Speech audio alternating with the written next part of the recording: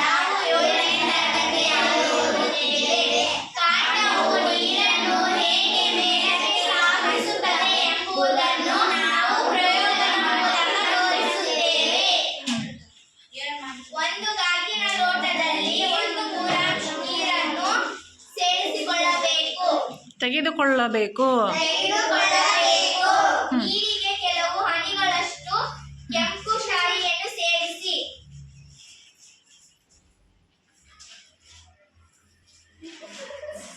ಮತ್ತು ನೀಲಿಯ ಶಾಯಿಯನ್ನು ಸೇರಿಸಬೇಕು.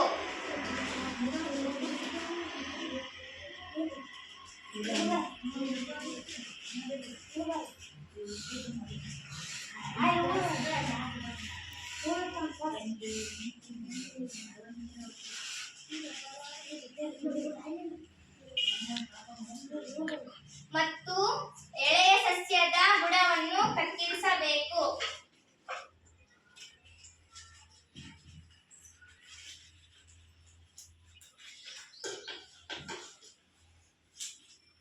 ಕತ್ತರಿಸಿ ಗಾಜಿನ ಲೋಟದಲ್ಲಿ ಇಡಬೇಕು.